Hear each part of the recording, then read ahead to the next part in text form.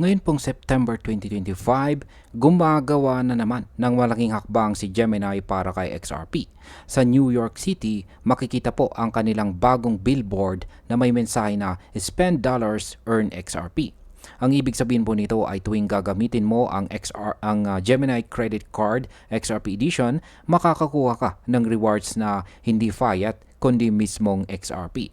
Ang hakbang na ito ay malinaw na nagpapakita ng pagsasanib ng traditional na paggamit ng credit card at ang modernong cryptocurrency adoption. Kaya ayan po ang siyang ating pag-uusapan sa video na ito. Pero bago po tayo magpatuloy, ay pakibasa na lamang po muna ang disclaimer dito po sa ibaba ng ating screen. At ayan, simulan po natin sa kung ano po ba ang ipinapakita ng bagong billboard ni Gemini. Yan, meron pong post dito si Bank XRP. Sa bagong billboard campaign ni Gemini, malinaw ang kanilang mensahe. Sabi rito, I earn XRP every time you swipe your card. Ang promotion na ito ay nakatuon po sa pagpapakita na ang card holders ay makakatanggap ng XRP bilang rewards sa bawat paggamit nila ng kanilang credit card. Hindi na po katulad ng mga traditional na cards na nagbibigay po ng cashback sa fiat dahil si Gemini ay nag-aalok ng direct crypto rewards. Kaya sa market impact, ang ganito pong uri ng simpleng mensahe ay madaling maunawaan ng publiko at nakakainganyo ng mga bagong users. Kapag mas marami pong tao ang gumagamit ng card na ito, tataas po ang demand para kay XRP dahil automatic itong bibilhin at ibibigay bilang rewards. Ngayon ay ano po ang Gemini XRP Edition credit card? Nito pong August 25, 2025 ay opisyal na inilabas ni Gemini ang tinatawag pong XRP edition ng kanilang Mastercard credit card. Ito po ay isang limited edition metal card na ginawa para sa mga taong gustong mag-accumulate ng XRP habang gumagastos sa araw-araw. Ang card na ito ay ini-issue ng web bank at nagbibigay ng parehong credibility gaya ng ibang traditional na credit cards.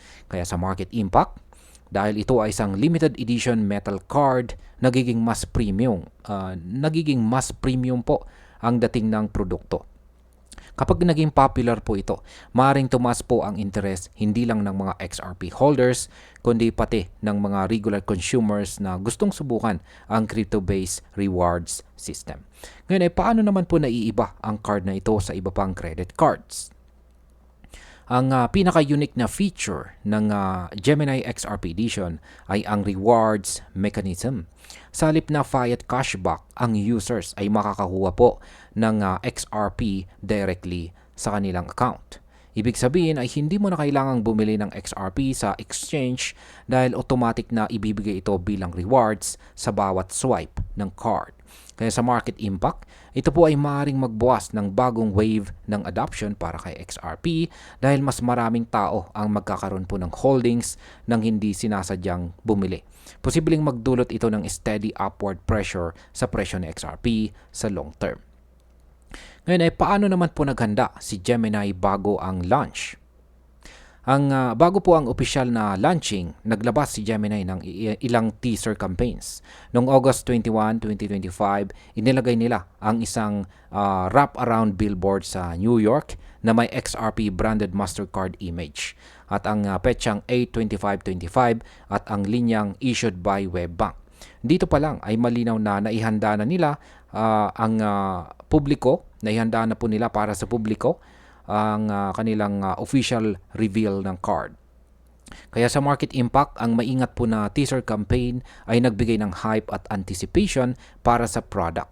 Ang ganitong strategy ay hindi lang nakakainganyo ng mga loyal XRP users, kundi nagdadala rin ng bagong investors na umaasang tataas po ang presyo ng XRP dahil sa dagdag na adoption. Ngayon ay ano naman po ang focus ng advertising at saka messaging? Ang lahat ng advertisement ni Gemini ay nakatuon po sa simpleng ideya. Spend dollars, earn XRP. Ang straightforward na mensahe ay hindi po nakakalito para sa mga tao. Dinadala nito ang konsepto ng cryptocurrency sa isang mas madaling maunawaan na paraan. Kaya sa market impact, ang simpleng approach na ito ay mahalaga dahil pinapadali po nito ang pagpasok ng mainstream users dito sa mundo ng crypto. Ang mas madali po nilang maintindihan Yan, ang mas madali nilang maintindihan ang produkto ay mas mataas ang chance na subukan po nila at mag-adapt po sila ng XRP. Ngayon ay sino naman po ang target users ng XRP Edition Card? Ayan, ang card na ito ay ginawa talaga para sa mga taong gustong isama si XRP sa kanilang daily lifestyle. Sa pamamagitan po ng billboard sa New York City, malinaw po na tinatarget ni Gemini ang parehong existing XRP holders at mga bagong tao na curious kung paano po makakapag-ipon ng crypto habang gumagastos. Kaya pagdating po sa market impact, ang pag-target sa ganitong parehong grupo ay magpapalawak po ng reach ni XRP. Para sa existing holders, dagdag po ito sa kanilang accumulation. Para naman sa mga bagong users, ito po ang magiging unang hakbang papunta sa paggamit ng crypto sa pang-araw-araw. Ngayon ay ano naman po ang kahalagahan ng integration ni XRP sa ganitong produkto? Ang pagkakaroon ng Mastercard Power Credit Card na nagbibigay po ng XRP rewards ay isang malaking hakbang para po sa integration ng crypto at sa traditional finance. Hindi na kailangang dumaan sa komplikadong proseso ng pagbili sa exchange. Sa halip sa pang-araw-araw na paggastos lang, makakadagdag ka na agad sa iyong XRP holdings. Kaya sa market impact, ito po ay nagpapakita na unti-unti nang nabubura ang linya sa pagitan po ng traditional finance at crypto. Kapag nagtagumpay po ang product na ito, posibleng sundan po ito ng iba pang mga exchanges at baka maglabas din po sila ng kanilang sariling crypto rewards card. At ayan, bilang panghuli, para po sa akin, ang Gemini XRP Edition Card ay isa pong napakatalinong hakbang. Hindi lang para kay Gemini, kundi lalo na para kay XRP. Ang pagkakaroon po ng isang credit card na nagbibigay po ng direct XRP rewards ay nagpapadali sa mass adoption dahil hindi na po mahirap intindihin ang proseso. Kung mas maraming tao ang gagamit nito, natural po natataas ang demand para kay XRP. Kaya sa personal kong opinion, ito po ay isang game changer para sa ecosystem ng XRP. Hindi lang ito tungkol sa presyo, kundi tungkol po sa paggamit ng crypto sa araw-araw. Kung magtatagumpay ito, si XRP ay hindi na lang mananatili bilang isang asset para sa trading, kundi magiging bahagi ng daily spending habits ng maraming tao. At ayan, hanggang dito na lamang po tayo sa video na ito mga ka-crypto. Marami pong salamat sa panonood. Ingat po tayo lagi at God bless po sa ating lahat.